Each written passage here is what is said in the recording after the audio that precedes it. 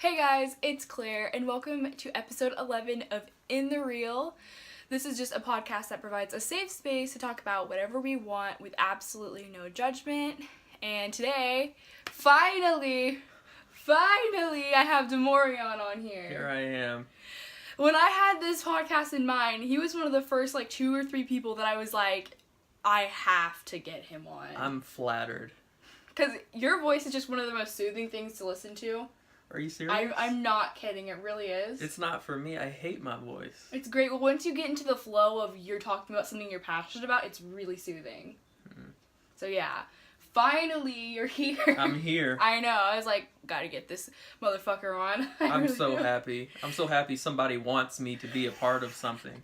But you're the greatest. I am? You're one of them, yeah. Well, here I am. I'm the greatest, damn it. You heard it from the best. Okay, but yeah, so if you have never seen In the Real before, basically I cover 3 different sections. My first section includes just some pre-prepared topics that I have specialized for each guest that I have on the show, and then the second we will get into my rapid fire section, because in the first section we get really deep, we get really into a lot of different things, so the rapid fire is just more quick on the fly, whatever comes to mind, you know. Really easy trivial questions like what's your favorite color? And then finally at the end I will have Damorian sign the lovely plaque that I, put tape on and just put that there. That thing is going to be worth $1 million in about 20 years. You just watch, because it's going to have my damn signature on it. $1 million. And I won't be selling it either. Well. So yeah. Alright, are we ready to get... We can make replicas though. Are we ready to do this? We're going to profit these damn things on eBay. Let's go. Yes, okay. Let's go. So... I just have my questions here. If there's anything you don't want to talk about, we don't talk about it. We move on. Okay. So it's very much do you want me to look over the list? No, I'll just ask them to you. And if you say nope, we don't do it. Okay.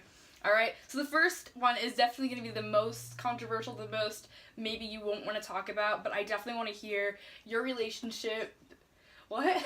No, keep going. Were you going to make a guess on what it was? Yeah. Please make a guess. They got it. It's between me and the audience. Okay. They know what. I'll look in post and see what I can figure out. But your relationship with the KKK and how you have one grandfather who's in the KKK and how he does not like the other grandfather. First of all, I'm so impressed by how much she knows about my personal life. It's just. We were good friends freshman year. We talked a lot. Yeah, but it's the fact that you can remember those things. I have the worst memory. You're just one of my favorite people. So and you can, that comes to mind even after we haven't really talked in so many months. That's one of the first things that comes to mind. Well, I mean, that is pretty fucking hysterical, that you can... Look how dark my skin is. So what was, can we go over the question again? Yeah. You just want to know my relationship with the Klan? With the Klan, and, how you have one grandfather who's in it and does not like your other grandfather, and how, that situation went down. I want you to retell me the story, because I like hearing the story, and also they don't know it. Yeah, it's a very interesting story. Okay, so, moving to my dad's side, my dad's side, my grandmother is white. My great-grandparents, they're all white, so we just all consider ourselves mixed because we, when you live in a household with somebody, you grow up with those people, then that's going to be, the element that you associate with. It's not the one I associate with the most, but I just, I'm not cast away from it. I'm very in touch with that side of my family, as you should be. But anyway, as the story goes down, this is my great-grandfather, actually, that we're talking about. And people think, that's so, many generations away, but it's still affecting us, I can say, even, emotionally, even today. Yeah. He was... Okay, we'll start with the Lily White family in Tennessee. Let's do it. That's what it was. It was a Lily White family in Tennessee, kind of like... comes to mind Loretta Lynn. Mm-hmm. I was born a coal miner's daughter. It was, something like that, up in the hills in Crawford, Tennessee. And, paint the picture for us. Yeah. So, my great-grandmother and my great-grandfather pitch out 4 kids, and at some point, she decides that she doesn't want to be there anymore, and she moves up here to Indiana. And while doing that, she leaves him, and she also decides that not only is she going to rebel, but she's going to move in with a black guy as well, and she's going to start a whole new family. And that's what she did, and he didn't like that very much. He moved up here, and out of hate and rebellion, he joined the Ku Klux Klan. He became from what, they tell me as far as seeing all of his achievements and things on his robe. He was maybe like the Grand Wizard or something in Elwood. So that was, which is going to have significance later on. Yes. That Elwood story. But yeah, that's what happened, and he was constantly threatening my grandmother. At one point in time, right before he died, he actually severed kind of like not the spine, but like a bone or some nerves in her neck, to where even now she kind of has a crook in her neck. He did that with a shotgun. He was a drunk, and because I think you do good things come back to you. You do bad things, and ultimately karma is real. Yeah, and that's exactly what happened. He was drunk one day. He was going back to Tennessee, and he went over a cliff of a mountain, and actually in Kentucky on his way to Tennessee. Mm-hmm. So that was his ultimate story. But anyway, later on, my grandmother, his daughter, with her first kid, my uncle, and they moved to Elwood. She was 15 years old. She had a child when she was 15. Mm-hmm. She moved to Elwood, kind of naive. Now, if you're an Indiana native, you know that Elwood is not, they're not very friendly with black people moving in there, even still today, as much as they want to try to cover it up. She moved into a house there, and on that first night, they had fell asleep, and they burnt a cross in her yard. Now, my uncle, her brother, who is white at the time, has a different father. So the father we've already spoken about, that's not his dad. Yeah. His dad, I'm trying to think. There's so many connections to Klan here. It's ridiculous, but that's Indiana. Yeah. His dad was connected with the Klan somehow, but his dad had since passed. He had passed on since. And he got word that a cross was being burnt in his sister's yard. And, he had connections and finally found the Grand Wizard, Imperial Wizard in Elwood, and threatened, he didn't threaten. I heard he beat his ass, but pretty bad. There were no crosses burned after that, but he took care of that situation, because you're not going to burn a cross in my sister's yard. But those are my connections with the Klan. Those are some of the stories and there's more, on the black side of my family, like the lynch mob that came from my uncle on my mom's side in Mississippi. Would you like me to share that story with you as well? Yeah, go for it. Okay, so this is the 60s. This is around, all that civil rights movement, all that type of stuff. Mm-hmm. They went down to Sunflower County, Mississippi to come and visit some family that was down there, because they had moved up to Muncie. And, the kids were little, my uncles, my great uncles, and aunts and stuff, and they went to go get a slushie. It was hot as hell one day, you know, so they went into town, got a slushie. And if you look at, Sunflower County, Mississippi, that's not a very, it looks like a ghost town even today, so I can only imagine, kind of like Cars, the cartoon. Yeah. And it's just like a ghost town, you've got one traffic light in the whole town, it was it's like Fortville. Yeah, there you go. Yeah. Anyway, they go into town and stuff, and they go to get a slushie, and my uncle and my aunt go, and my uncle says, okay, there was 2 flavors. There was grape and strawberry. He says, you know what, I want a strawberry. And the white woman, kind of looks at him and smirks. Mm-hmm. Gives him his grape. Yeah. He said, well, no, I recognize, what you're doing here. You're rolling your eyes at me. No, I want a strawberry. Now, keep in mind that my uncle was born in Muncie. Okay. The rest of them, he was the baby. The rest of them were born in Mississippi, so they kind of knew. He didn't know. He says, I want a strawberry. And the lady's husband was in the back of this, like, mobile, whatever they were, kind of like a food truck or something. Motion for a husband to come over. It's little nigga's giving me trouble. What is going on? Yeah. And he comes over, and he took the slushie, my uncle, and chucked it at her face. Yeah. And, they were all distraught, and they ran home. And later on that evening, because Sunflower County is just such a huge metropolitan fucking town, they found where they were, and the lynch mob came after my uncle, who was 7. 7-year-old boy. A 7-year-old boy. Which is crazy. They came to lynch my uncle. He has nothing to do with any of the things that in the past he doesn't understand what's going on. No, he has no. But then that's where we go back, to Emmett Till. That happened in 1955. Mm-hmm. A lot of people don't know about that. That happened in Money, Mississippi. And even so, the black community is so, we think of us all just spread out now as just one ethnicity, but we're so ethnicity. we're so connected even still today. That I was just at church, and there are members of that church who were there in that event in Money, Mississippi, when they, beat and shot and whatever you want to do, they wanted to do to Emmett Till. They were there. They knew Emmett Till personally.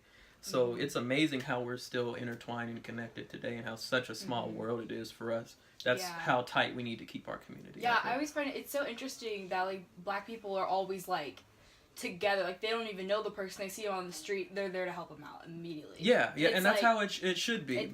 I don't think that we should be... Yeah. I think that... How should I say this here? I don't think that's something that is just... We keep segregated in our own... just help our own. I don't think it's that, because I feel like you can get the same love. It's just... There's something about, our culture. We love everyone. And we're so, we're welcoming. And even so, we might, give you the stink eye at first, but after a while, kind of, even the same thing with you. I'm here doing the podcast. We are so loving and helpful. And that's all, there's no reason to be in spite of anything that happened in the past. Even though we still, we do hold that, I think, in our hearts. We still have to walk around carrying that, but there's no reason for us to go around spreading it. Yeah. And, like, you're a really good example of, like, let's move forward, but we can still talk about and educate, like, what used to go on. Yeah, because there's no reason to to just overpass it like it didn't happen. No, for example, over in Europe, the Holocaust is still talked about today. I never hear anybody talk about the Black Holocaust. If so, you bring it up. Well, slavery, that was way back in the 1860s. That was 1865. There's, like, so many different layers to it that we don't learn about. Yeah. And, like, same with the Holocaust and World War II. It wasn't all about that at all. That's just what we hear about it. Yeah, that's just what we hear about it. And, like, I definitely don't know, other than, like, the Holocaust, what went into World War II. But I'm definitely not going to be the person that says, oh, it's just the Holocaust. It's just Hitler. Because that's clearly... It would not have gotten to that point if that's all it was. Yeah. But, it's a very delicate topic, but it doesn't have to be. Not at all. It just depends on how, how do you react when we rip the Band-Aid off? You know what I mean? Yeah. That's how you've got to be. That's the mindset you got to have. That's, like, it's strange because, like, society today, everyone's so sensitive. So you could have, like, all these people talking about, like, the KKK or, like, the Holocaust or anything like that, and it's, like, that one person's going to say, well, that's offensive to me. But usually doesn't even, like, pertain to them. Like, if you're talking about... the Klan and, like, what's going on in your past, it's no one else's business to say, hey, you're offending me, when that's something that you personally have dealt with, like, mentally, and, like, you've heard all the stories, like, from your family who've been there to experience so many of those things going on. Like, I'm sure whenever the cross was burnt in his yard, it's not like, oh, we should just overlook that. It's, this happened to me, I'm gonna share it. It's about accepting it. And see, just like if... I don't think they so much, get offended, say, with my story, I don't think people would so much get offended. They would just maybe brush it off. And see, I don't think that is, I don't think that's morally correct, because just like if I stepped on your toe right now and you said, ow, that hurts. It hurts. It hurts, but... What do you mean it hurts? Exactly. You're always saying something hurts. Yeah. It's a matter of how receptive you are to it. I don't think society today... can continue to say, and I think it's mainly a group of people ages 40 up that will say, our nation, and they get offended by everything. Our nation is so sensitive, but the truth of the matter is our nation is finally getting these platforms, this media and stream to actually be able to voice their opinions on things and how they feel. For so many years through the 50s and 60s, you can watch any television ad, infomercial from 1955, the 60s and stuff, and everyone seems to be happy. They have their mid-Atlantic voices, their beautiful luxury cars and everything, and there's a perfect, family with a picket fence. That's, the propaganda that was put up back then. Yeah, but the truth is, they worked hard to get there, and it wasn't always happy. Like, they had just previously gotten out of the Great Depression and, like, well, all not those necessarily things. That, but, that's the way society, back then, is at least men in society wanted to, that's how they wanted to display their families as, happy. What goes on in our home stays in our home, when in all reality, your your son is being raped by the dad. Yeah. Or the daughter's being, raped by the dad, or the mom is, being beaten and stuff. It's things like that that we don't know and we don't see. Yeah. But today, we're getting a voice and we can get rid of that. So that I hear, when people say, well, the society is so sensitive today and we need to stop being so offended by everything. I think, were you the abuser? Did you come from a family of abusers? Or are they following the lineage of, you know what I mean? Yeah. Those are people that you just don't want to talk to.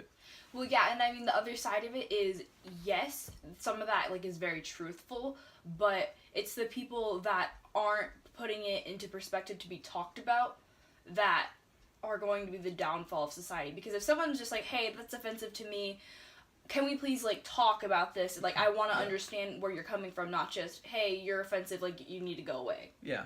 That's where the issues start to arise, because you can be sensitive about something, but as long as it's being talked about, there's ways to, understand, even though you might not agree with certain things. Yeah. I think it comes with a different level of maturity. When somebody, it reminds me of when somebody, for examples, why does this offend you? We need to get over this in our country. Why are we still talking about that? If it, that's how it is for you, then it reminds me of a 4-year-old little boy. 4-year-old little boy doesn't want to, Mom, I don't want to talk about not doing my homework. No, Mom, I don't want to talk. Let's talk about, going to the toy store. You want to do what makes you happy in the moment, because you're too afraid to talk about what needs to be addressed and grow up. You know what I mean? That's where 100%. We're at today. Yeah, and it sucks because, a lot of the people, we go to school with, especially, not just in our school, but in, schools all over the country, it's just, they're going to shut down every idea if it's not the one they're thinking about. When you have to really put everyone's ideas into perspective and say, hey, this is a conversation. This isn't a one-sided argument. Yeah. Yeah. That's spot on. I mean, that's spot on. Yeah. Okay. So, is that all you'd like to talk about regarding the Klan, or do you have anything else to share? Do I have any more stories? I have to think, that's bad. Do I have any more Klan stories? No, I mean, I guess, in what aspect do you still feel that you have, a primal connection to what happened in the past? What about those stories and, those family members suffering, weighs on you today, I guess, would be... How is that reflected in my character today? How do you bring that with you? How does that affect you? It's really interesting because I grew up really close with my mom's side of my family. But with me, I think that impacted me in such a way to, have family that was interconnected with the Klan, that my mom's side of the family could not recognize just what was going on my dad's side. It was so foreign to them, the way that they lived. They couldn't fathom it, and I was the only person that could understand because I was the one that was being dropped off and was constantly in their household and in that environment. You see, environment molds the person, and for a long time, I wouldn't be the person I am today without living amongst those people. So even though, I don't support the Klan or anything like that, you learn to love those people. That's my family, and some of their ways I've even adapted today. I've also took from it, I got the best of both worlds. I think a lot of mixed people, if you come from a genuine yin and yang, a family that is, I guess we'll say real black, and a family that's real white, and they live in trailer parks and they're in the Klan, and you have a family that's also in the NAACP, and I just got out of a black church, I'm an organist at a black church.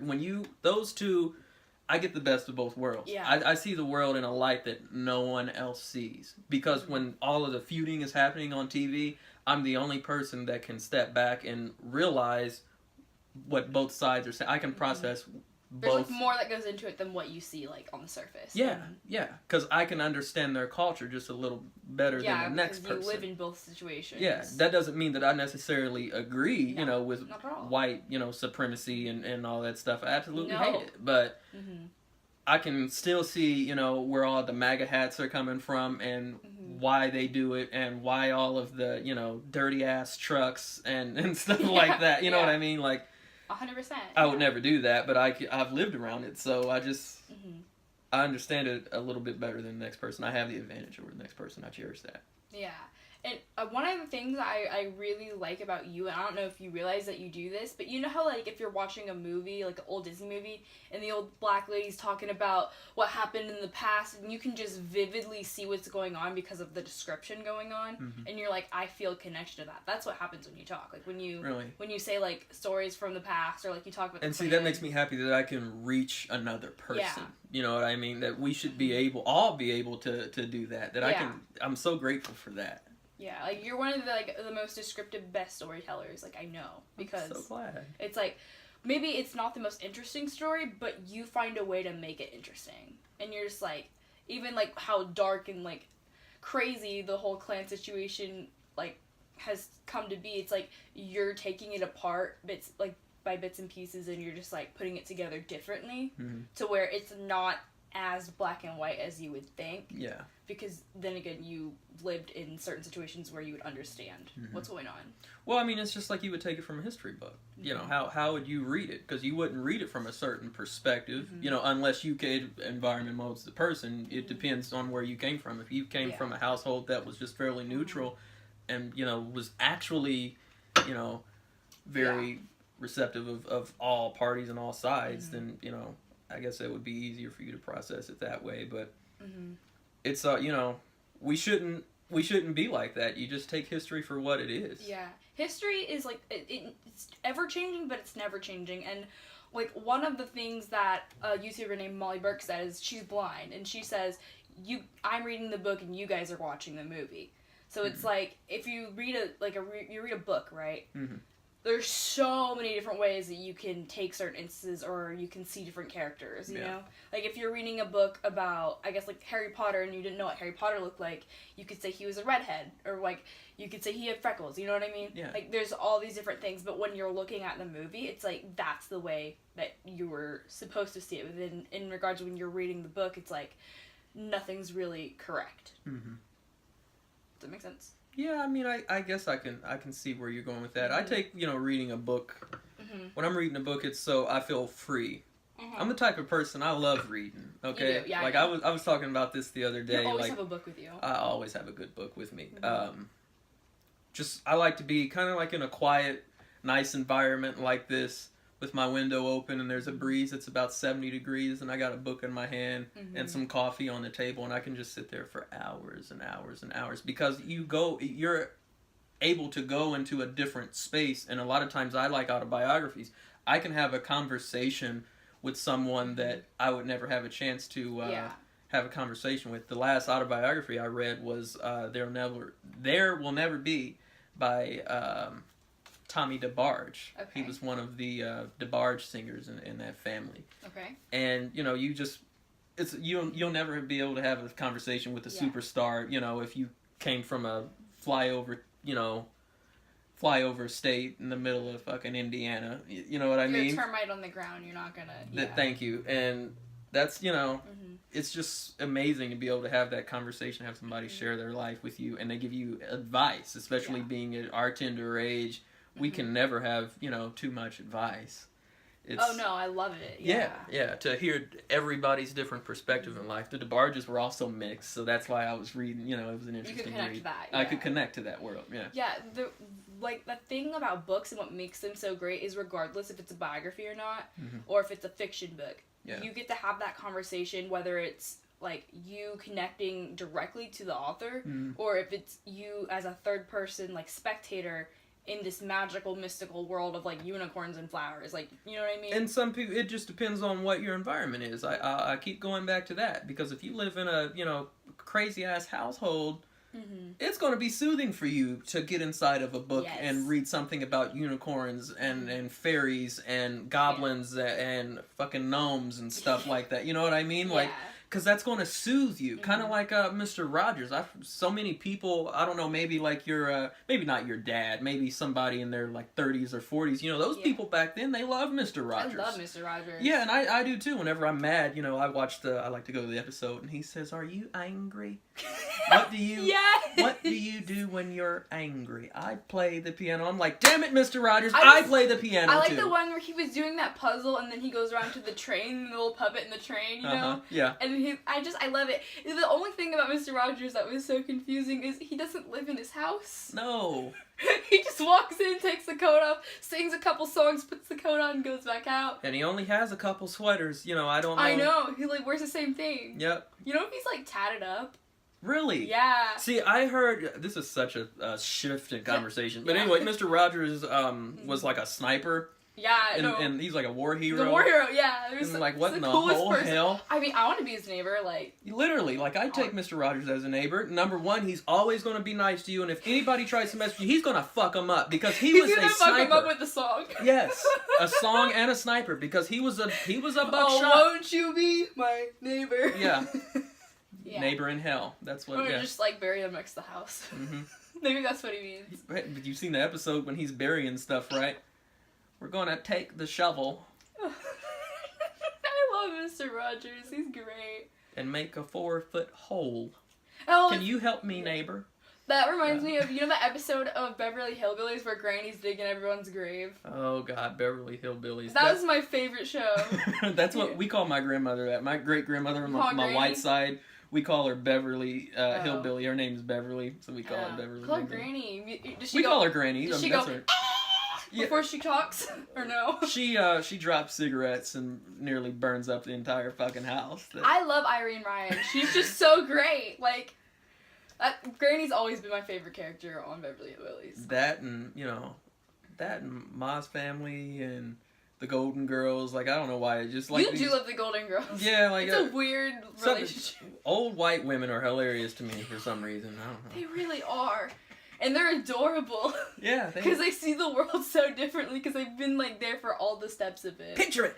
1922, Sicily! I absolutely love her. What is it? Estelle Getty? Love her in the Golden Girls. What was that one show? Laverne and Shirley. That was really good. I never watched Laverne and I only Shirley. saw, like, the first, like, season, but it's really cute. It's, like, two best friends. Like, it's really cute. Okay. It's like the Golden Girls, but they're younger. I think that was more my mom's thing. She liked Laverne and Shirley.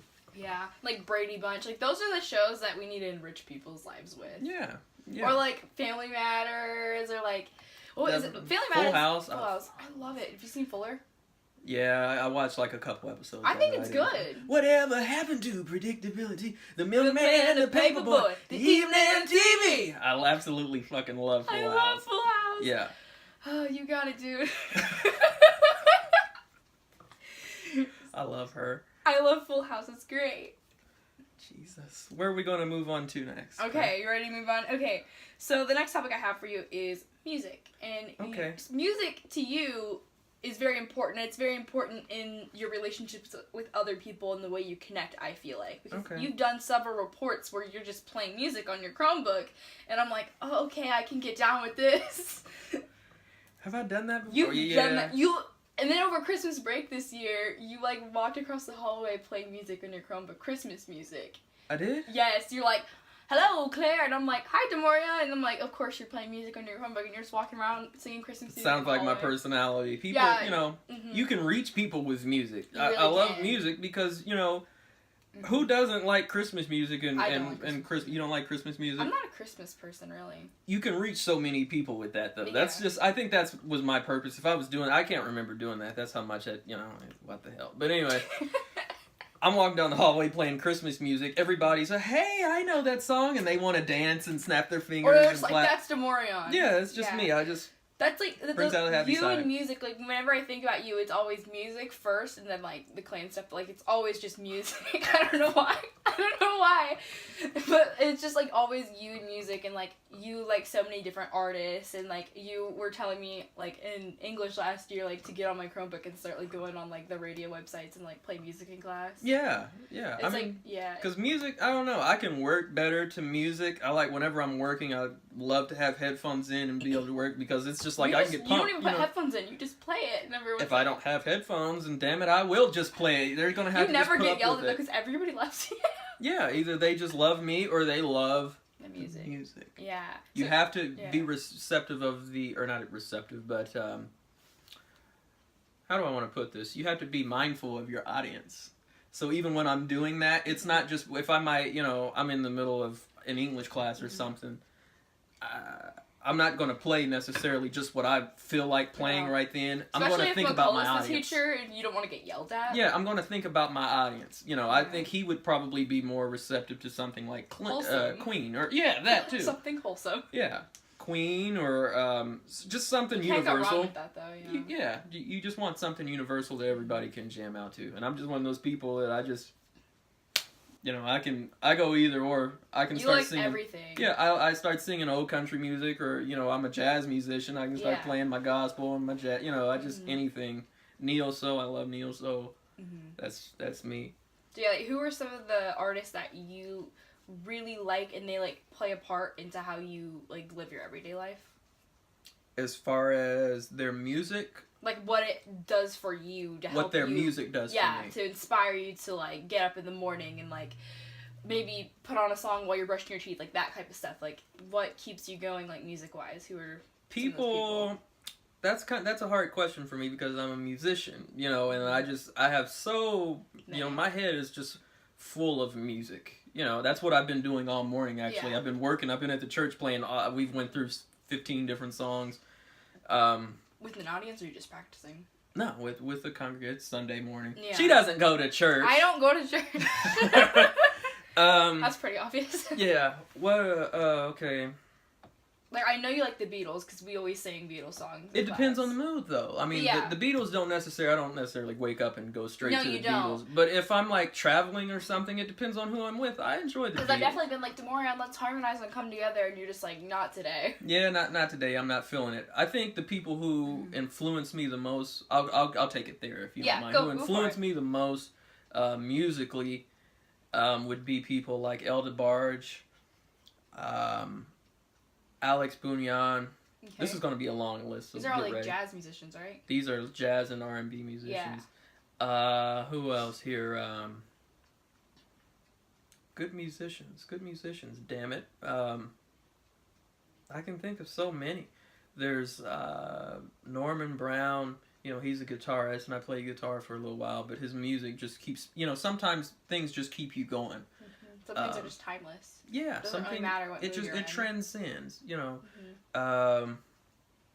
As far as my rock music, you know, I'm a huge Aerosmith fan. We know so that. So it's always, you know, Steven Tyler and Joe Perry, my neo soul stuff, Chico DeBarge, that's Elle's brother, people like Common Sense, Lonnie Lynn, Erykah Badu. Who else would I say? How about we go through my phone, shall we? Go for it, yeah, for sure. Take it where you want to take it. But yeah, music for you is just, you're always singing a song, you always have a song in your head, and it's like, so universal. I can come up with a song, like usually someone will say something, and I'll have a song right away. Okay, Kirk Franklin, definitely, Marcus Miller. Absolutely love him. Bruce, I'm just going to go through everyone in my phone right now. I have Kirk Franklin, DeBarge, Elijah Gilmore is a jazz artist. He's actually a drummer. That's awesome. How can you be a jazz artist and a drummer playing contemporary jazz? That's why he's doing it. Literally, and he's amazing. Dr. Charles Hayes, that's a gospel. He was a pastor in Chicago. He just recently passed away. John P. Key, Marcus Miller, Quincy Jones. Bruce Springsteen, Billy Paul, me and Mrs. Jones, Frank Sinatra, Nat King Cole. I knew you loved Frank Sinatra. Oh, I love Sinatra. Stevie Wonder. Obviously. Yeah. Frank Ocean. Yes. Calvin Harris, who has an amazing single with Frank Ocean called Slide. You gotta check that out. I will. Jeff Lorber. You gotta send me a list. I feel like, because we definitely both listen to so much different things, we could really give each other some options on who to listen to. Jeff Lorber is a jazz pianist. Okay. Contemporary jazz. His stuff is real upbeat, and he won't play like a regular acoustic grand piano or anything. He's more like a Rhodes. He's a keyboardist. Yeah. And the Rhodes is me. I play more of a Rhodes or an organ or something rather than I go straight to Well, I mean, you play at church, so it's usually an organ. There we go. Yeah, electric organ. No pipe organs, damn it. Ew. Richard Smallwood, Moonchild. Moonchild is a jazz group, but it's this contemporary feel to it. It's kind of got some, kind of something you would hear in a church a little bit, maybe? No, more of a, think more hip-hop. Oh, so Like a Fuse. barbecue. Yeah, there you Like go. a family barbecue. Fuse those two together. Yes. Brent Jones, Bishop Larry Trotter. I'm a crazy Christian, so when I mix all of these gospel artists with some of these other people are going to be like, what? Yes. Israel and the New Breed, Leandria Johnson, Greg Blackman. That's all from my Holiness playlist. SWV, Aaliyah, the Winans, Commission for sure. That influences me a lot. I can get up in the morning and just, depending on the mood, I might start singing one song, or if I'm happy, I'm going to sing another song. It's always Commission. Whenever we used to go to church when we were kids, me and my cousins and stuff, and we had to ride with our grandparents on the way there, it was always Commission. Yeah. Philippia, Sir is a new and upcoming artist. I mentioned Chico DeBarge, Babyface, Jeffrey Osborne, Will Downing, Justin Timberlake, Michael Jackson. Obviously, that's like a no-brainer. Ricky Dilliard, Anita Wilson. I thought you were going to say Ricky Dillon. That was like fun. Jesus, that's a gospel artist. Childish Gambino, I absolutely love Donald Glover. D'Angelo, Joe, Kim. Kim is a guy. Because you didn't know him, did you? No, I didn't. I'm just nodding my head. Zappin', Roger Troutman, Mid Condition, Rude Boys, Dean Martin. Absolutely love Dean Martin. And Tina Marie. Now, I have more in here, but for some reason my library never loads up everything, because I would just be scrolling and scrolling and scrolling away. Because there's like so many artists, and you listen to so many different things. Yeah. I can't pin down, even 5 people that I can say influence my music or the way that I live my life. I don't think anyone can pinpoint 5 artists that would describe you, because it's like, oh, but what about this person? Mm-hmm. Yeah. I don't listen to much rap. Yeah, you're not a rap person. That's what I respect about you. Yeah, not much of today's like trap music and stuff, but I will occasionally. Like trap is really cool, but like when it's all, I hate this person and fuck that and like I had sex, like what are you talking about? I think a lot of it is just sex and weed. Yeah. You know what I mean? And I don't get it. And I feel like as a person that absolutely fucking hates today's country music. Oh my god. Then I would be a hypocrite not to, say something about, the rap music. What's going on? Because it's the same thing. Yeah. It's beer and dirty ass trucks and hoes. And hoes. And the same thing is going on with the rap butts. Music. It's the big asses, fake asses. Silicone butts, everything. Money, weed, and going to clubs. Yeah, that's it. And it's like, that's cool, right? That's like what the producers are trying to sell. You can put that into songs that either have like really intricate music or really cool lyrics, but they don't do that. They're just like, it's that fast and you don't even know what's happening. Well, the thing is, and some people can do it and they're talented and they can actually do it. And I recognize that with rappers. Yeah. If you can lyrically flow that fast, it makes sense and I can understand what you're saying. Then like Eminem. You do, yeah. A little bit. Sometimes. Because I don't listen to rap music at all. The thing is, Eminem, he can say some meaningful things. So I'll give him that because he has. There's a lot of songs where he doesn't. Though he has some messages in some of his music. Mm-hmm. But other than that, no one knows what that means. I don't. Yeah. He's doing push-ups, mom spaghetti. Like what? But he cannot keep rhythm. No. So that's why I don't fuck with him. No, the only rapper I guess I consider listening to is Kid Cudi. I really like his stuff. Like not I never significantly. Have got it, yeah. But I do I listen to it sometimes. Well, like I mentioned earlier, I listened to a lot of Common and Kanye before he got fucking crazy. What happened to him? I don't know. Did Kim happen to him? Yeah. You think that's a conspiracy? Definitely. Yep. Because I remember back in the day, people were like, Kanye's the dopest. Like him and Jay-Z, awesome, right? And now it's the Kardashians. Ooh. Yeah, it's the Kardashians happen to everybody. I feel bad though because Kanye can't even have plague. his own brand anymore because it's all Kanye stuff. Yeah, that's what it is. He's a puppet to that family, but as all of them are, right? That's what they all become. They're all puppets once they marry into that family. Oh god. That's why Chris got out the first fucking Kendall time. at least isn't fucked up yet. She's the most normal one. Yeah. She doesn't even show up on the show very often. Yeah. Which is good. Good for her. Yeah. That's her casting herself out of that, Mm-hmm. But I don't know. I don't want to spend too much time on the fucking Kardashians. No, let's not waste our poker chips on them. Yeah. Not at all. Jesus. Yeah, to me, your personality is very much like bluegrass, blues, that soulful stuff. I don't know. I just do me. you know, I don't think anybody can successfully judge who I am. Not And, you at know, all. it's just... No, but when you're walking around the hallway singing and, like, doing this and walking across and dancing, that's what I feel like, because you're just always so fun to be around. It's so positive. Yeah, there's no reason to, because everybody's on one wavelength. And I think for you, I probably stand out because I'm not like the rest of those other fucking people. No. I do me. You do you, and you don't care. I don't That's care. why I respect you, because a lot of people at school put themselves into a box, right? Yeah. And they want to be like everyone else, and they don't want to stand out because they get made fun of. Mhm. And you know what? Fuck that. Fuck that. I don't care. I don't care. Like, I didn't, like, a couple of weeks ago, I like, learned that people at school didn't like some of the pictures I was posting on Instagram. Because, I guess I copied a picture of Emma Chamberlain, like, sitting on a toilet. You could see, like, God damn it, somebody likes it. Just because you don't, somebody, that's the mindset you have to have. I got reported on Instagram for that, and it's like, you can't see my ass. I'm 18 years old. My mom even was there when I took the picture. Yeah. It's like, who cares? That's the problem. It doesn't affect them at all. They wanted to see your ass. They did, probably. That's what it is. It's all these girls at school, though. It's like, are you really that petty? Like, I'm not in the classes anymore. Like, why does my, like, name have to come out of your mouth at all? Because you're doing something that they're not and they don't like it. True. No, that's very true. And it's just like, grow up and, like, do your own thing. Because, like, you remember when I, like, first came to Anderson, right? Yeah. And, like, I guess I was sort of friends with the more popular kids, I guess, because I didn't really know where I, like, kind of fit in. You didn't know where your niche was, yeah. No, and, like, I guess I could have been popular, but I didn't like being quiet all the time. I didn't like having to do everything that they did. And it's like, I'm not doing that. I want to say this while we're on that topic. Go I for was it. supposed to be the class president.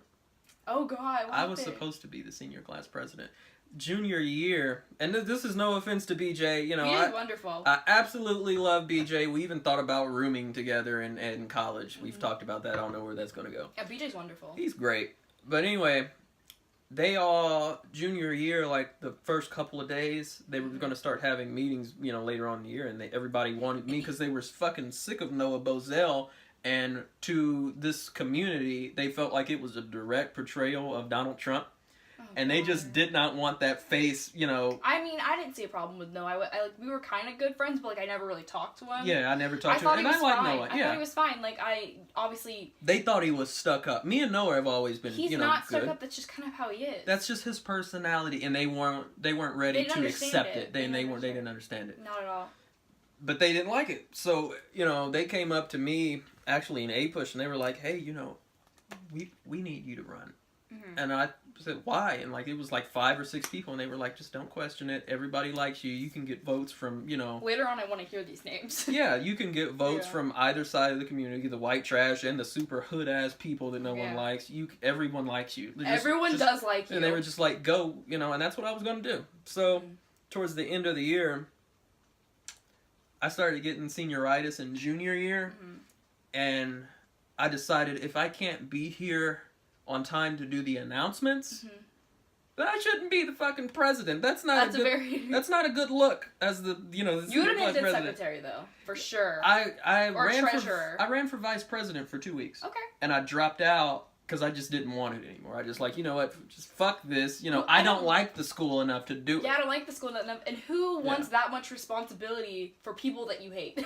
Exactly. And that's exactly what, that was my mindset. You'll become the fall guy if you don't do what they want to do. Exactly. And that was my mindset. And, you know, I displayed, you know, all of my, you know, leadership capabilities with that protest and everything, and people were loving me for that. But I just didn't want to do it. And everybody's like, what? And that's how Asia won, and ultimately that's how BJ got the presidency. What happened to Asia? She doesn't do the announcements anymore. I can't speak for Asia. I don't, you know, really know what's going on with her. If she doesn't want to do it, then I don't, you know. No, I understand, because I know she got a lot of shit in the beginning for it, because I guess they didn't prep her hard enough for it, because she, like, laughed a couple times and, like, got distracted. Well, but, see, like, what the the backstory to that was, it wasn't necessarily her. Me and Mr. Brown were fucking with her. You didn't know that, did you? No, I knew. It was the people behind the scenes that were trying to make her laugh, trying to make her do stuff. We were doing that to her. I would go down there and get the mail, and as I was getting the mail, she would get started on the announcements, and Mr. Brown would, you know, be there at the front desk, and we would ball up paper, like, you know, those sheets that you have to sign to get the counselor, like a counselor form. We'd just ball them up and throw them in her face. Yeah. And then a lot of people on Twitter, like, publicly were talking about her, and I got so offended because I don't know her personally. Yeah. I have nothing good or bad to say because I just don't know her. I felt so bad that people were, like, Asia's terrible. I've never been really close with Asia, but I mean, I consider, you know, she's a friend because she's church folk. You know, we stay in the church. Basically. Yeah, we stay in the church. Yeah, but it's like it made me so sick. I was like, why are people saying this publicly? Like, why can't you just talk to her and see what's going on? Because her fucking up the announcements. And she wasn't really. She wasn't really fucking it up. Yeah. No, not at all. I think the backlash from that came from. Anyways, yeah. But, yeah. I think the backlash from that came from people that were in the past supporting Noah Bozell. I don't think so because a lot of people that I know that I'm not going to name because I would never do that. But like they were all on Twitter talking about it, and those are the people I'm talking about. So it's like I wonder what their problem was. You know, that throughout their day. That's where they had to cast their energy on the fucking announcements after school. No one gives a shit for one, and two, you're not the one up there doing it. Get a life. You're not even on the president team at all, so you can't speak for that. Yeah. Like, it's hard enough to remember what you're saying. You don't have that responsibility. But saying it in front of, like, 2,000 people, 3,000 people, like, I would be scared half to death. Yeah. Because at least 10 people are listening. She has the balls to do it, and you don't. Exactly. So fuck off. Yeah. That's basically all that, yeah. It's just people that don't have any time in their lives to, I know. You know. It's like, I thought we were all at this point where we're all getting ready to leave and go to college or go into work. Because who gives a shit, right? Why are we talking about people and, like... Those are the people that are going to be staying here and they will never prosper. Because they're going to be doing the same thing with their life. At McDonald's. There you go. And they're going to be, you know, fucking talking about people that are living well and prospering on the other side of town. In the time it takes you to have a conversation about somebody else negatively, you could have already, like, made your own website or, like, called someone on the phone to get you a job interview. Manifested or, like, your energy in a positive direction. Or you could have, like, helped the homeless or something like that. You could have just done better things with your time, you know what I mean? Yeah. That's, you know, that's a society we live in. That's why you always have to constantly keep your eye on the prize. I always, you know, when I wake up, I don't, even in my own household, it's keep your eye on the prize. I don't let what anyone else, you know, whatever they say to me, nothing negative, you know, affects me. I call myself unfuckwittable. Like the Kid Cudi song. Yeah, I'm unfuckwittable. Because I don't let what other people say bother me. I know where I'm going and where I am, and no one can stop me from that. Yeah. So I'm unbothered. You know? I feel the very same way, except for the fact that I'm overly empathetic. Like, I care so much, not about what people think, but about what they're doing for their future and themselves. So it's like, I don't care personally, but I'd rather you talk about me than somebody else, because someone else might not be in the mental state to handle that. So it's like, if you're talking about me, they're not talking about somebody else at the time. So it's like, I'm good with that. But it's like, you guys could, like, you have so much potential, you could be doing so many things. That's where I'm like, is that really worth your time? That's where I feel bad and I get upset. It's like, because I care about everyone, even if, like, they've done wrong to me. It's like, really, you gotta step it up and, like... I mean, we're all in this thing. We're all waiting to die. True. You know, that's what you have to realize. Everyone's parents are gonna die. One day my parents are gonna die. Her parents are gonna die. We're all here waiting to die. So make the most out of all of your fucking time. You know what I mean? I'm here doing this just, you know, because actually, I'm starting a YouTube channel in a matter of 3 months, and I'm going to be broadcasting from IU in Bloomington. Yeah. And showing everyone my dorm and college life and all that stuff. So I'm here, you know, manifesting energy towards that. And also, we just want to have a good conversation because we haven't talked in a while. That too. So it's like killing two birds with one stone because you're helping me, I'm helping you, and then we also get to talk. Yep. So we're doing this shit. We're manifesting in a positive direction. And then, if his channel's up, when this is up, I will put the link down below. I'll at least put his Instagram down below so you can find it, but yes. I just realized that my, okay, we'll talk about that later. Yeah, I gotta teach you how to upload and stuff. There's some other things, but we'll talk about that later because you people can't know what I wanted to talk about. So we'll just move right along. What's next? Okay, so this is a really, like, pitiful topic. I just wanted to know your opinion on this. Does water have a taste? And is water wet? Water is definitely wet. Water does have a taste. Thank you. It depends on where you get it from.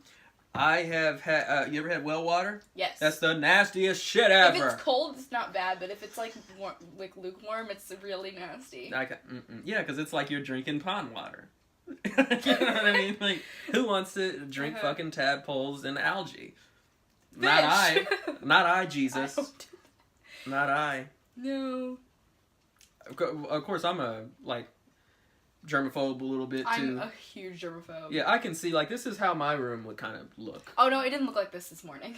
Oh, damn. And I was like, oh, Damorian's gonna come over. I gotta clean my room. Yeah, like, everything is right now spick and span. Like, I can't. I had a rice bowl on my desk for 3 days. I had 2 cups of water. I had a plate in my bed.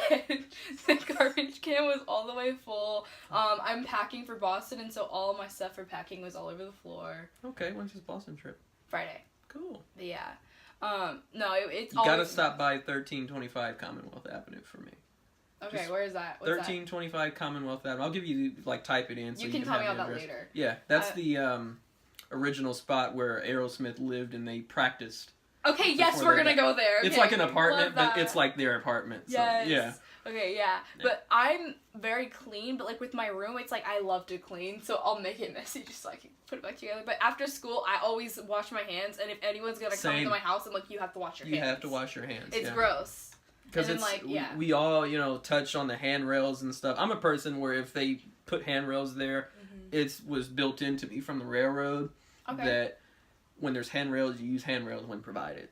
So I just always naturally use the handrails, and I'm like, fuck, that's dirty. Why am I, you know? I never touch anything at school. Like, I'll, like, take my shirt like this. Yeah, and yeah. And grab things. But it's like, if people have snacks in class, I might want the snack, but I'm like, they probably didn't wash their hands right before they sat down, because they're touching a computer. Yeah. They're touching a table, like, the back of the chairs. Well, you also got to think that we're in a fucking high school, too. And that's I just know. the things that some of those people do, even in the high school. Yeah. It's just Really pretty disgusting. fucking sketchy. Yeah, it's nasty as hell, Jesus. God help him. Jesus be a fence. Jesus be a fence. Yeah, but I guess going back to the question, like water and stuff, filtered water is the best water to me. Yeah. That's just my opinion. The water in my fridge tastes very good. That's what I like. And so whenever I go to restaurants, I'll usually get like something that's not water. The thing is that you can't argue that water doesn't have a flavor, because like people that do, they think that water is like you're supposed to, if it's flavored, then I have to have something added to it, you know. No. You have to understand what water is. It's you there know to what I mean? replenish you and refresh you and make you feel better. It's almost like it has a slightly different effect on the tongue. So I can't say that it's like like a flavor. It's this like wet, like soft, cold heaven. To me, it's supposed to be Depends on definitely where it's soft. from. Yeah, it's got to be soft. I should definitely like not taste any of the additives that they My use eyes to should make roll it back clean. in my head when I'm done swallowing. My That's what I tongue should have an orgasm. Yes. There should be ejaculation coming from my tongue when I'm done. Maybe not that serious, but yeah, it should be that good. Like for me, I don't like plastic water bottles. Are you good, Damorion? You just ejaculation on the tongue. Just keep on going. Keep on going. Okay, Jesus. we haven't had like a conversation where I've just said random things like that. Well, hey, you know, say what's on your mind. Ejaculation on the tongue. Go for it. That should be the title of this video, ejaculation on the tongue. That's some nasty shit. That's the name of our porno. I'm just kidding. I'm just kidding. This is why. How much am I getting paid? It is shout out. No, but if it's in like a plastic water bottle, like you know, like the Dasani bottles or like those bottles, not just that brand in particular, but like all those, I think it's really disgusting because you can like taste the plastic. Oh, and I was going to mention this too. They did there's a video and they did tests on different brands of water. With all of the additives that they put in it to make sure that it's nice and pure and clean. If they put too much, it makes it into an acid. And that can have some of the effect on the taste. They actually found Dasani goes into more of the acid. Yeah, it's very not neutral. chemically. Yeah. Like, it tastes like chemical almost. Like warm chemicals. And like water bottles get warm so fast. Yeah. So it tastes disgusting. I think they found like the best one might have been the one from like Italy. What's the name of that one in the orange Voss? glass bottle? Oh. I think Voss didn't come up on a good side either. I don't even know. But yeah, I think like in like 2017, 2016, it didn't Boston win like best water award. I think so. And like I read that. I don't know, I think tap water, Pause, like is city that water. There's my friend. My friend is on your wall. I'm sorry. Who? Hi Noah, you're on her wall. Noah in Special K. I call him Chris. Yeah. we'll get into that later. Okay. No, but yeah, like if it's like city water or like tap water, I don't like it for some reason. Yeah, I don't do tap I'm water. a bougie ass bitch when it comes to water. Same. I don't do tap water. No, I don't like it. Like if I'm at someone's house, No, I'm not feed it to the damn dogs. I'm not gonna eat it. Well, if I'm at someone's house, I'm not Bye. gonna make a big deal about it. I'll drink it. But like if I'm at a restaurant and I can like choose the option, I won't. won't. Even if I'm at someone else's house and they're like water, I'm not drinking that. it depends on where the water is. I have a bottle of water in my car right now, just in case you were gonna offer me water. I just brung it just in case. No, That's I how always much. offer people drinks and stuff. That's how I am. You know, I don't. I offer so much hospitality. I feel like. That's good though. I We like need more that. people in the world. I feel like that. I'm an old grandma because like I always have like stuff in my purse. Like I always have a glasses rag or like gum. That's or, how like, you're supposed to be. Like, what is going on with the world? Like, you're supposed to be nice and giving. Like if you're inviting ready. someone into your home, you better make it at least acceptable for them to be able to walk. This is gonna make you so happy. Before I came here, I tried my fucking hardest to get you a slice of cake. No, I have gluten allergy, so you. Oh, you so it wouldn't have. Wouldn't have worked out. Yeah. You're like part of the 1% of the world that's. You would ever do that for? Wow. No, it's like Oh. gluten allergy. Yeah, no, I have a gluten allergy. Wow. You didn't know that? No. I've had a gluten allergy since 6th grade. Wow. Okay. So yeah. Everyone else that I've met that like fucks with gluten-free stuff, they're like never allergic to it, and I'm just like, why are you following fucking California Valley Girl trends? No, You know what I mean? Like, it's unfortunate because like why would people choose to be gluten free? You're missing out on a very important part of your diet, like the protein and wheat. Like you're supposed to have that. fuck yeah, like you're. Like I'm missing so many things. That's bad, And but I'm I mean, getting- it's just yeah. that we need to express that to the world so that they Yeah. know, one day at a time. One day Like at a I time. do it so I don't get headaches, you know, Mhm. like that. So yeah, It has a purpose. yeah, it worked out in your favor not to get me a piece of cake, but thank you for the Yeah, thought. I No, did but try. like when I always invite people into my house, it's always something I need to make sure that like they're taken care of. Like if they're hungry or they're thirsty, it's like I'm gonna make sure you're accommodated for, and like whatever like you wanted to do, it's like I that's appreciate always in that their so much, interest. friend. Yeah. I appreciate that. No, That's how it's, people- I do it for everybody. Like that's how it should be. great. Yeah, it's yeah. And like it shouldn't be like a burden. If someone offers you something, you should like be able to take it and be able to ask and like, Exactly. expect, like yeah. Yeah, exactly.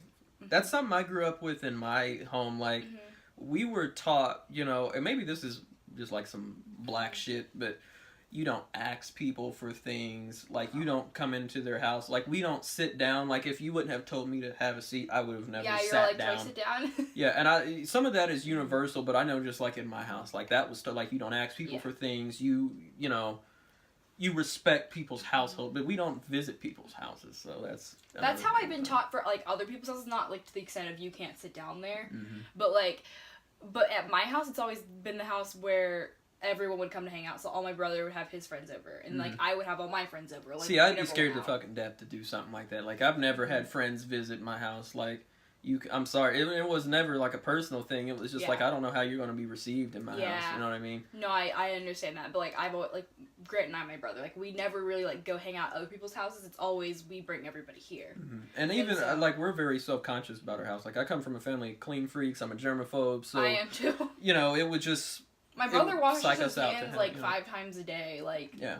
when he doesn't go to the bathroom, he'll wash them. Like he'll be sitting down in his chair playing video games. Gotta wash my hands. I'm Yeah, done. my hands, my face. I'm constantly touching my face, Yeah. and it's been bothering me. But I know my hands are clean, so I can do that. Yeah. If I was at school, if I'm like touching my face, I always do it like this because I always never know make what's in sure my like hands. if I'm like typing with my right hand, like, keep my left hand away from everything. So if I need to touch my face or anything, Yeah. and then if I always need just to like done that. if I've got something in my eye, I have to go wash my hands because it's like Pink eye, no, thank you. no. Yeah. I don't know what it is. No, but like when I invite people into my home, it's like I want to offer things, but I'm also, because this has like been like the hospitality house, it's like I would feel weird if you didn't feel comfortable just like walking into my fridge and taking something. Does that Really? make sense? Yeah, no. See, that's a no-no in my house. No, I'd be okay, like- you don't go in our fucking No, fridge. no. When we were like little, my mom was little. My great grandfather on my mom's side, not the fucking clan. You Yeah. couldn't know the refrigerator was off limits to visitors, and even for the people that lived in the house, you couldn't open the refrigerator door for no longer than 25 seconds. Yeah. Well, I mean, there's a timer on it. It'll go off. Like, we like you to close it when Oh you're no, done. not Yeah. back then, but it was 25 seconds, and if you didn't find what you needed in 25 seconds, get the hell out of the kitchen. You know what I mean? Yeah. No, I get that, but it's like... You come from a strict household. So, like, if I'm at other people's houses, I would feel so awkward, like, going into their kitchen, but if it's at my house, if they don't just walk into my pantry and take 20 things, I don't know. Yeah. It's like, oh, okay, they're not comfortable yet. But, like, once people are comfortable, it's like, they don't even ask, it's just like, hey, I'm gonna go to your fridge. I'm like, okay, go for it. Wow, interesting. That's such a great way to be. I don't know. It's just like, I don't know, I've grown up like that, and I like that, but if they're not comfortable, if they've, like, just been to my house, it's like, I will offer you something to make you feel comfortable. That's something a lot of people don't do today. That's good, like, good traits to have. We need to keep that in our society. I like that a lot. Yeah. So, yeah, does water have a taste? Yes. Yeah, it definitely does. Water has a taste, takes you off into tangents. Yes. Yeah. It gives us orgasms on the tongue. Yes! Okay, so my last, like, topic specifically for you is... And I just wrote this down this morning as a thought, and I'm like, I'll go ahead and bring this up. Okay. The R. Kelly situation. Okay. Do you think he really had a sex cult? Yeah, absolutely. There was a book that came out by one of the girls, and she, like, kind of remained anonymous, and I actually read it to, like, the middle of the book, and it was so dark. Like, R. Kelly is, you know... And I have a lot of family that live in Chicago, and I lived in Chicago for a little while, too. I lived there in the summer. Everyone knows, it's public information, that R. Kelly has goons out on the street. He has gangs, you know, people that look out for him constantly. He runs his own mob. That's crazy. Yeah, so there's the Italian, you know, mobsters in the Chicago, what is it called? Damn, I talk about it all the time. I'll just call it the Chicago Cosa Nostra. It has its own name. Yeah. But the Cosa Nostra in Chicago, and then there's R. Kelly, and then there's, like, the Irishmen. And I don't know if the Irishmen are still real big, but yeah, it's public information, like public knowledge. Everybody knows R. Kelly, what he's doing. He's got a McDonald's that he goes to, you know, frequently. That's where he meets up with his, you know, minors. If you No, yeah, I heard the Aaliyah stuff. I was, like, doing some research on all that. Yeah, actually, matter of fact, while we're talking about that, I mentioned Aaliyah was in my phone. Yeah, she's got decent music. I mean, that's just not my style of music, but... Yeah. Where is she? They got married at, like, 15 or something that I read. I'll show you this, and this is gonna, maybe fuck you up just a little bit. What does that say? Read that to them. What's the name of the album? Age Ain't Nothing But a Number. Who's that in the back? That's R. Kelly. Yeah.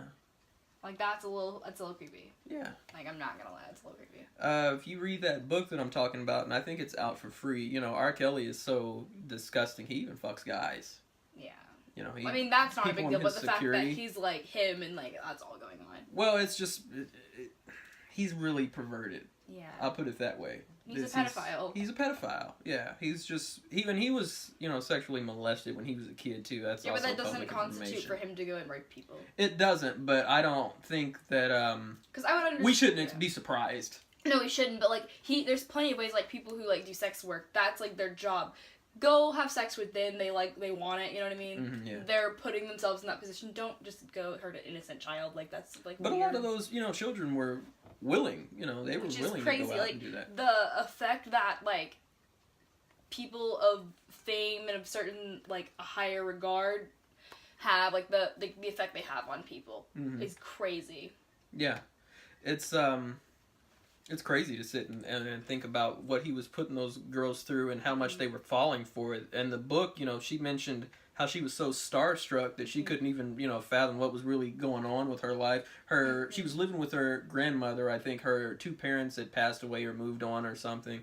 And, you know, it was to a point where everyone was so blind to what was going on. Her grandmother, like, cheered for R. Kelly. Like, she was an R. Kelly fan, and you're 15 years old, but, you know, why don't you go get up out of this house and go live with R. Kelly, because you could have a better life. Yeah, because her family, like, helped arrange that marriage. Yeah, yeah. And they gave consent to give their 15-year-old. And I think a lot of times he prays to those young females who are in need of something, who are in poverty, those people in the black community, you know, that don't have mothers or fathers and who aren't very smart. You know, I think also that might just be his type, because R. Kelly can't even fucking read. That's also public knowledge. He cannot read. He does not write his own music, clearly. He does not write his own music. Well, I've never even heard an R. Kelly song. Really? No. We gotta play some R. Kelly while we're here. We can't on the podcast, though, because we'll get, damn it. I've gotten We'll jam later, We'll jam later, but yeah. I've gotten so many, like, copyright stuff from everything, and it's like...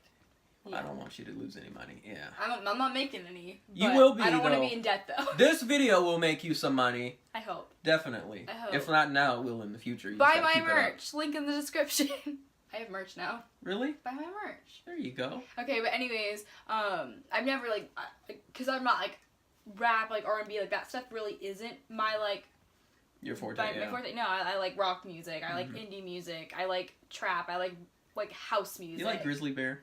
No, I've never heard of them. Well, I heard of them, but I like don't know their stuff. Yeah, they've got some good shit. I don't know if they're still a thing anymore. But I like basically anything you'd hear in like a club in the 80s. Like that's kind of where my. You like Prince? No, not really. Claire. I mean, I don't hate it. If you played him, I'd be like, okay, that's a good song. But it's not like I'm like, let's go look up Prince. You know what I mean? Like he's I'm right cool up there with with all the rest of the 80s music. Like yeah, no. Queen, I'm Prince. here for him. I'm here for him. Yeah, like I respect him. You got to get on Prince. He's talented. You're sleeping on Prince. I probably am. But I guess the way I feel about R. Kelly is the same way I kind of feel about Michael Jackson, but I guess to like a more stern, stubborn How do you feel about Michael Jackson? No, I love him. He's great. But you know how like he's a child toucher?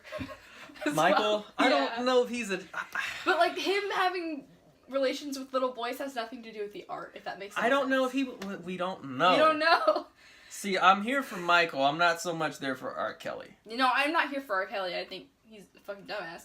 But Got it. But like him doing the sexual stuff, like in a bigger picture, like the music is separate. And I guess it could be a little bit influenced by what's going on in his personal life, but the music is separate. If you're a fan of the music, cool. But if you're a fan of the guy, that's a different story. Well, get this though. In R. Kelly's music, we all listen to his music, his fans, and you know we're feeling it and everything. We're rapping the lyrics and stuff and sing because he can sing. R. Kelly can sing his ass off. We didn't know that the entire time we were singing about the people he was raping. No, I understand that. Literally, in every one of his albums, every song is pertaining to a single little girl, if not two or more in one song, to a point where in like 2000 and, okay, that was 2010, 2009, I think the album was called Black Panties. Don't fact check me on this. But no, I won't fact check I think it was called Black Panties. With the deluxe edition of the album, you got a pair of black panties. That's creepy. And it was Did he steal underwear from the people? And it was just kind of like generic panties, and they were, like this big or whatever, and we didn't think anything of it. Like he's nasty. It was, a sex album. But then we come to figure out after we read this book that he was into the black panties of the girl in this book. She was 15, and that's why the fucking panties were this small. Ew, that's creepy though. No, but like, you know how like Michael Jackson, like people always like accuse him of touching little boys and stuff, and like having relationships with minors. But like for me, obviously, I don't really care for the person just because like we don't know him today. It's very different, but the music that's timeless. And I'll always be a fan of the music. It transcends, music, because when we weren't thinking, about Michael Jackson possibly butt raping, a 12-year-old little boy when we didn't know he was a child toucher. When he was, saying, I want to rock with you, we weren't thinking about that. We weren't thinking that he was the man in the mirror that we were all referring to. Exactly. Yes. So a lot of that music, people listen to over the years, we start to, we build up... tolerance to it, I guess. Not really a tolerance, but it builds our history. We have history with those songs. Yeah. We have moments with those songs. We've connected on different levels Yeah. With some of that music. Somebody lost their virginity to one of R. Kelly's songs, Probably. and they'll cherish that for the rest of their life.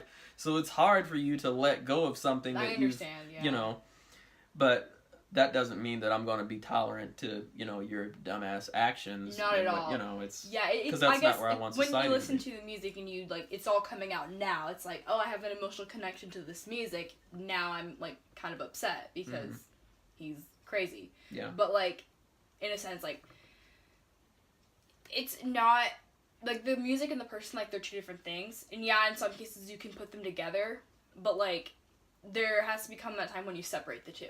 Yeah. Yeah, I think so. Definitely. What do I want to say here? Because I wanted to make another comment. I think that goes back to what we were talking about earlier. Okay. About what you want to accept and talk about and have a conversation about. Yeah. I think we can tie all of that back into the whole R. Kelly situation. True. And then that, also is in the same community as what was going on with, like, Bill Cosby. Which is scary. Yeah.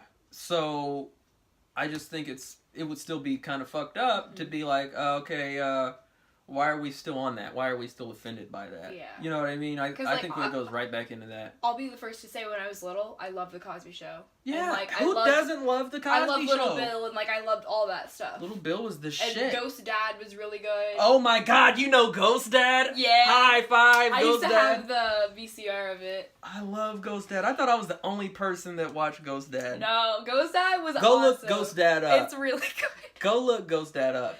Like, we'll probably watch it now. I haven't seen it in, like, 15 years. But, like, we'd watch it now and be like, that's so stupid. But, like, the fact that it meant something in our childhood, that's why I really like it. Yeah, and the box and the son. Where he's, like, hanging out like this. Yeah. Yes, in the little briefcase. Yeah, I fucking love that. And the little girl with her tape recorder. Yeah, I love that whole movie. Know, that movie so is cute. just, like, childhood. Where was the precious mom memories. that whole time, though? Because didn't the mom, like, die, but they didn't really, like, explain it? Like, Yeah, she might have been cracked out or something. It was the 80s. I don't know what was happening, but that was so good. But, like, Cocaine crazy. because I love Ghost Dad doesn't mean, oh yeah, Bill Cosby can do whatever he wants to do. He's, like, perfect, right? No, he's a fucking psychopath. Yeah, you need to lock his ass up. Like, just because, you know, because That's just for Little Bill. Yeah, justice for Little Bill. I love Little Bill. I read a story on Little Bill, and he was being sent to prison for, you know, these charges, the rape charges and stuff, and as he entered in, he fell down a flight of stairs. Karma. Because they didn't give him his cane. They took his cane away because they thought it would be a weapon, so he fell You down don't a fucking flight of deserve it. 15 If you're fucking raping stairs. people, you don't deserve a cane. And then when they had lunch, guess what he ate? And it wasn't fucking Puddin' Pops. They slammed him in the face with stale hot dog buns. Bill Cosby, yeah. He got to the phone and he was like, what's his wife's name? Karina? I think it's Karina. He says, Karina, get my checkbook. Give my checkbook. Write anybody a check and get me out of here now. Any amount of money. I do not care how much money it's going to be. Call Rudy. I need you to call Rudy and tell Rudy to get me out of prison. Good Bill Cosby impersonation, probably not. It was actually pretty good, I feel like. Call Rudy and Denise. It's more, you gotta get more of the sound. You know what I mean? Then I sound like Brandon Rogers. What the hell y'all doing down there? I know, but it's a little bit more in depth. It was pretty good. Let me tell you. That's my Bernie Mac impersonation. Yeah, I think I had like a Little Bill like comic book when I was little, honestly. Really? I didn't know they had comic Well, not books. like comic book, but like it was like It was a cartoon book, little book, yeah. I did too. I had a Bill Cosby. You had a Bill Cosby? I had a little You had Bill a Bill Cosby. Yeah, there you go. I had a Bill Cosby. With my girlfriend, we had a Bill Cosby together. You have a girlfriend? Yes. I didn't know about that. You didn't tell me about that. I'm lying. Okay, I was gonna say. You didn't tell me. You can't get away with shit on camera, man. I gotta tell the truth. Yeah, that's true. Damn. Yeah. We'll edit that out. No, we're okay. She's like, no, we're not. Okay, moving right on. Okay, so let's get into our rapid fire section because we got really deep. We talked about a lot of different things, and I have way too many pieces of paper in this notebook. But let's go to the rapid fire section. This is really trivial. Okay. You ready to do it? Let's go for it, Pink Floyd. Favorite color? Green. Favorite movie?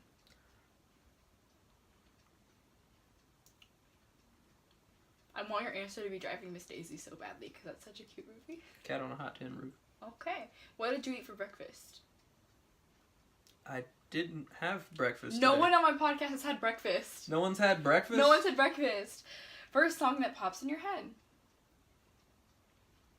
Cause if your love was all I had in this time. The Justin Timberlake song. Yeah. Name of your first pet.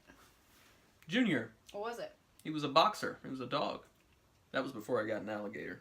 You have an alligator? I did. Of course you did. Yeah, he grew to be about 4 foot long. God. Best childhood memory. Riding back and forth to Chicago on the old Q line, on the BNSF racetrack, and being on Lakeshore, driving up and down Lakeshore Drive. Fun. In Chicago. Biggest fear. I have two biggest fears: spiders and being homeless. Spiders? Like the two are so different. Yeah, being homeless and spiders. Oh my god, my dad's afraid of spiders. He's got arachnophobia like me too. Oh, okay. He'll see one, he's like, look, get it. Don't fucking shame men that don't like spiders, okay? Spiders are cool. I don't like spiders and I don't like hairy vagina. Shave that shit. I love how those are just two in the same boat. Yeah, like that's scary. That is scary. You know what I mean? Like shave that shit. That is Nair is a scary. thing. That's funny. Okay. Biggest regret.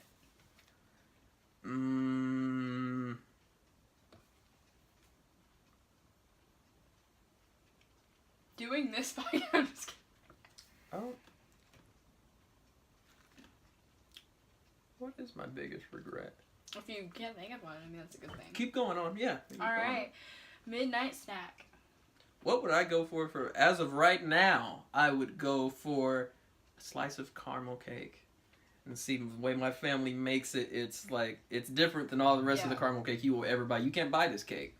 We make it with a, It's one of those recipes that's in here. Yeah, that's what I was gonna share the damn recipe with you people. I'm not gonna do that now. Don't do it. You thought you were gonna get me, Claire. No, I You know how nice I am. I didn't want you to share the recipe. That's your family recipe. But keep it that way. Next question, damn it.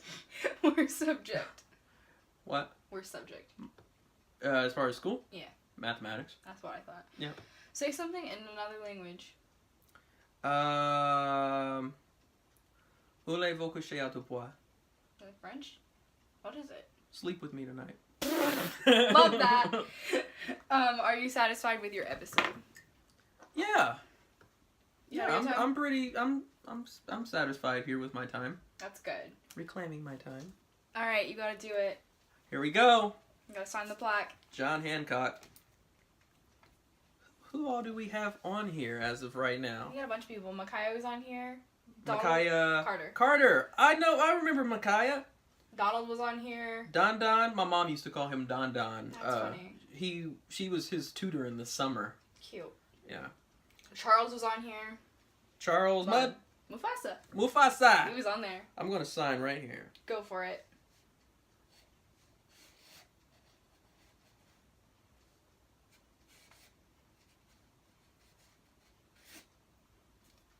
There you are. Really good. Thank you so much, Damorion, for coming on the podcast. It means the world. You're welcome back anytime. Yes, indeed. Because we're going to have, after I blow up here, because I know I am. Yeah, he's going to come back. Don't worry. I'm going to come back, and we're going to do some more crazy shit. Or I'm going to invite you down to IU, and we can fucking go to Lake Monroe or something sometime and chill. Yeah. 100%. Yeah. Thank you, Damorion. And thank you guys so much for watching. I will see you guys next week. Bye.